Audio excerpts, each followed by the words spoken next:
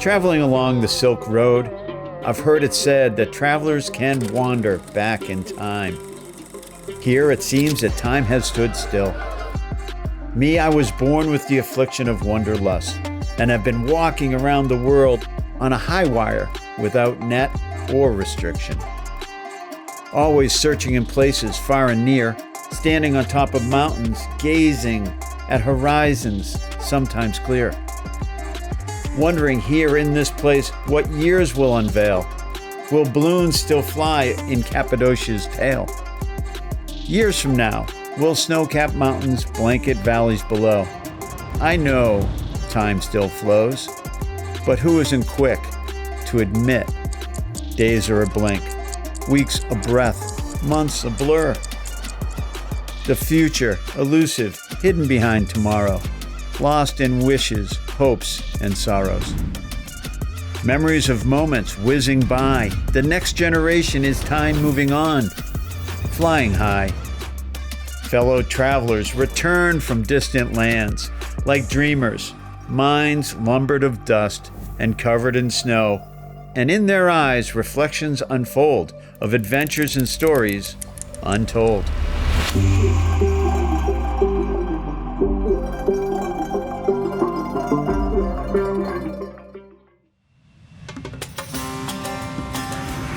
In the winter of 2025, I traveled back in time to central Anatolia, Turkey, where in 1991, my brother John and I, along with cameraman Tom Grissom, filmed one of the most iconic Warren Miller segments of all time for his movie, Steeper and Deeper. The first thing I would remember about coming to Turkey in '91 was that it was a real eye-opener. You know, we had never seen Asian culture before. I don't think we really knew what we were getting into. It was during the first Persian Gulf War. We wanted to go to Turkey because it was in the news. We knew what was happening on the border of Turkey and Iraq with the Kurds, and we really wanted to come here. And it was a whole nother world for us.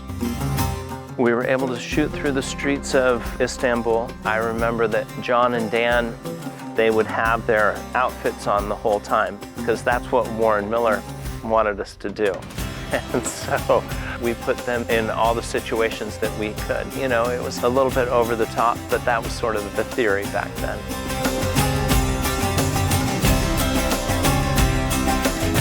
It was here that we discovered the ancient ruins of Ephesus, built in the 10th century. And then we discovered the region of Cappadocia and the underground cities along the Silk Road. This land is full of sandstone spires, caves, and beauty.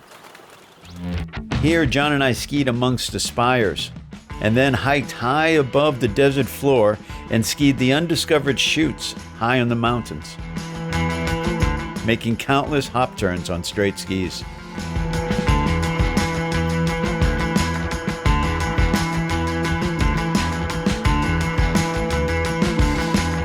When we started to think about coming back to Turkey, the number one place I really wanted to go was Cappadocia because we had had such an amazing ski time here that I just wanted to come back and figure out what we had done before. When we were here before, there were no phones. I mean, we got dropped off here on a bus and they told us, oh yeah, that's your hotel up there. We just wandered around and were able to find our way up to the ski area. So it was a completely different situation. We needed a ride to the ski area up at the volcano, and we just hired a taxi. It was a lot of snow on the ground, and every time the driver got near any patch of snow or ice, he just floored it, and then he'd put it into a snowbank, get out, do it again, and we'd been up all night, and we were pissed. Somebody kind of came unglued on the driver and just got him finally to get out of the driver's seat, which was tough because he had a gun. You know? So John got in the front seat of the van. John drove us the rest of the way up to the ski area. On this trip, thanks to the passing of time, traveling with us is my nephew, my brother's oldest son, Johnny. His dad and I were just about his age back then.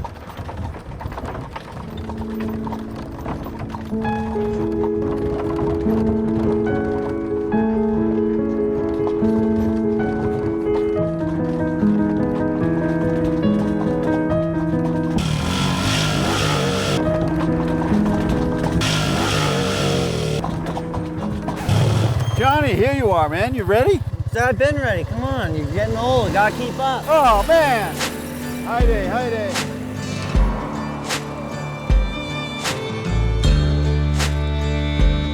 Just you wait to listen for the storm. Hear the difference in the wind. When dark clouds form and start to turn, I'll run again. Far away when the hurricane comes in.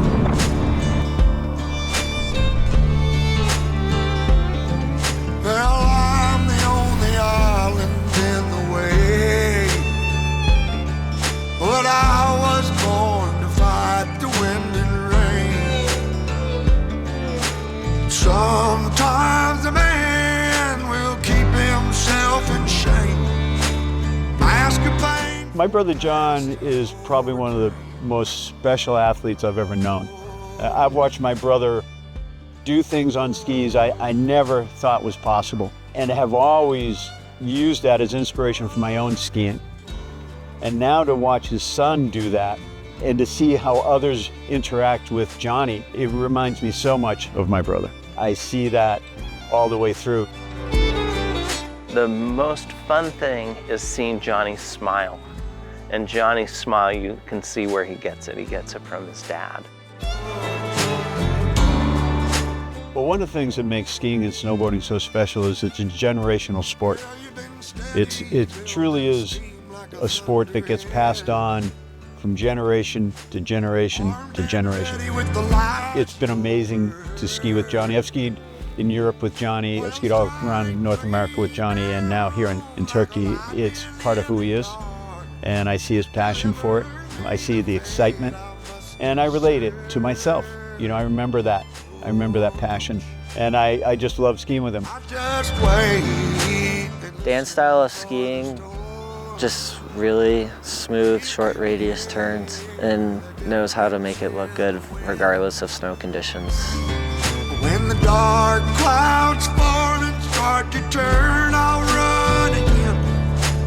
Far away when the hurricane comes in. When the dark clouds form and start to turn, I'll run again. Far away when the hurricane, oh, that old hurricane comes.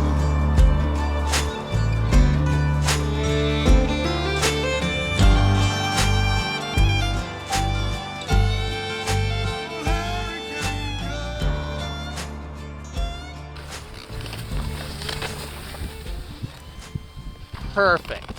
Yes. Great end of the day shot.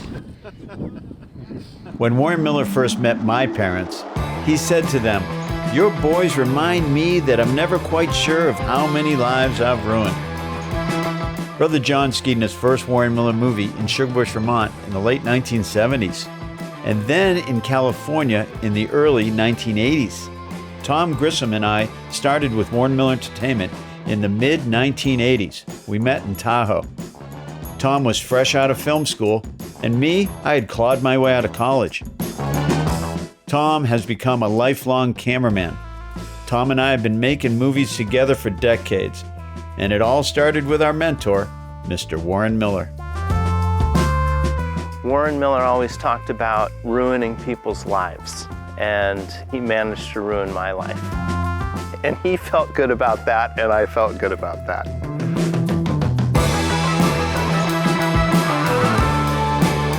Well, skiing is one of those sports where you want to look around the next corner.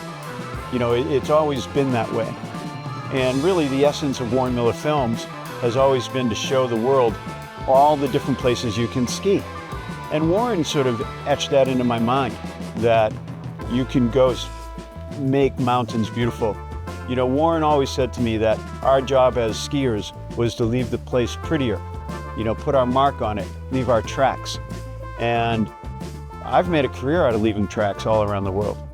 And making tracks here in Turkey is special. It's fun, the culture's amazing, the people are so nice. And of all the places I've ever gone around the world, people always ask me, where was my favorite trip? And I have, for 31 years, have said, Turkey.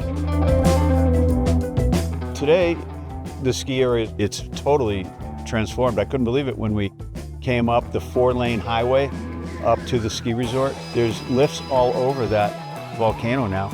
It's huge and so impressive to be there because the off-piste is expansive. You can ski a lot of vertical. I don't think even the locals realize that it's really a world-class ski resort right here and in the center of so much history. Back in the day, wherever I went, I would always say to myself, I'll be back here. This is a special place. But time moves fast, and it's hard to go back. I loved being back in Turkey on this trip. It created a rush of memories, as I know it did for Tom too. Back in 1991, this ski area was a military base. All it had was a T-bar and one single chairlift. Today, it's one of the newest ski areas in the world. The mountain hasn't changed much. It's still a really high summit. It still snows a real lot. And I guess if I think about it, what's changed over the years is me. What I take away from coming back and why I was so excited to come back was it was a lifetime ago when I was here. I didn't have gray hair, I didn't wear glasses, and nobody had to wait for me. What I love about my skiing now is that I still get out and touch it. I can still experience it. I can still be a part of it. It might be different. I might not be as fast as Johnny. I may not be as fearless as Johnny, but I still want to interact with it. And I'm so excited to have been here, see this place again, and realize really how it shaped the way I see the world.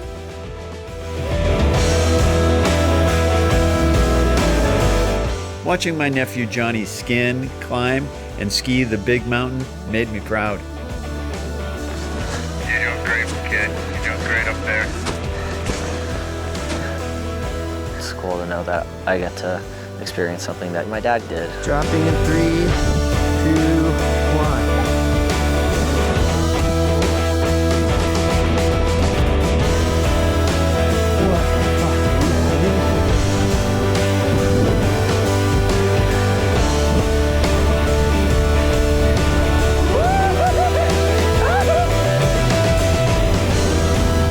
Retracing his footsteps 30 years later.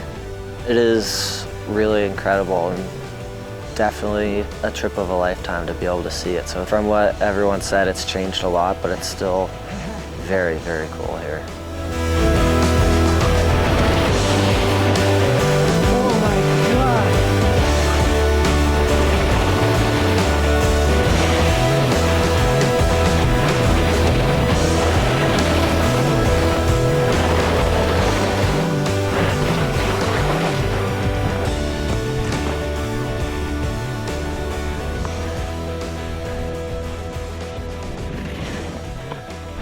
Love skiing couloirs, kind of being pointed in one direction, and they're just so cool because of how quiet they are in there. It's so peaceful. What? That was so deep. Here, we found retro heaven. This shop must have cleared out all of the onesies from around the world in the early 1990s. This was right about the time where extreme skiing and Dayglow were transitioning to earth tones, and my sport got renamed Big Mountain Freeride Skiing. Thank you, my friend. The culture of Turkey mirrors time. It's a country at the crossroads of the world. The marketplaces are full of history and adventure. I still have rugs in my house from our first trip in 1991. And back then, I also found my favorite leather coat. Matter of fact, the whole crew got coats that trip. After we finished our trip here in Turkey in 1991, John, Tom, and I flew directly to Canada to film a segment at Island Lake Lodge in Fernie, BC. As it often does on a trip like that, you start to talk about heli skiing. But for us, we didn't have it in the budget. However, one morning I came down to breakfast, and Brother John quickly announced to get my gear together because we're going to fly today. Well, for sure, we were flying that day. I heard the helicopter approaching over the ridge, and it wasn't long before I noticed the guy flying the helicopter was wearing my new coat I had just gotten in Turkey only weeks before. As usual, John had done a deal, and bingo, he traded my coat for heli skiing. That day, we skied some of the most memorable and steepest terrain I've ever skied, and I have to admit that the pilot looked pretty good in my leather coat.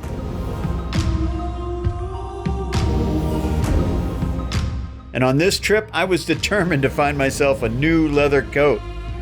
And I did. Well, to get to know somebody, you really should travel with them. Tommy Grissom and I, we've lived in vans. We've traveled all around the world. We've been in a lot of precarious situations.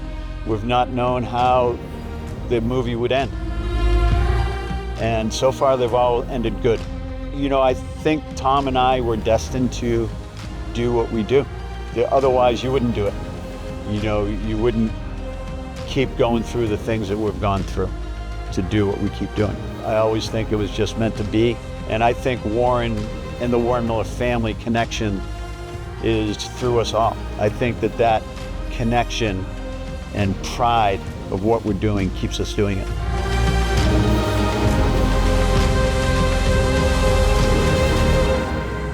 Watching Johnny climb and ski reminded me of a time gone by. It was as if time folded back on itself. Youth and age, past and present, all suspended here, sparkling in the air along these timeless ridges. Over the years, the searching for snow, it somehow transforms us, slowing the rush of days, the blurs of months, and the vanishing of years. Memories, past and present, appearing to remain and then disappearing, all the same. Yeah, balloons still rise in Cappadocia's tail. Snow still blankets distant mountain ranges. And fellow travelers will discover peaks and valleys far and near. Their mind may be lumbered in dust and snow, and in their eyes will be reflecting the truth discovered here. That time may fly along the Silk Road, but for a fleeting moment, the meaning of it all just might unfold.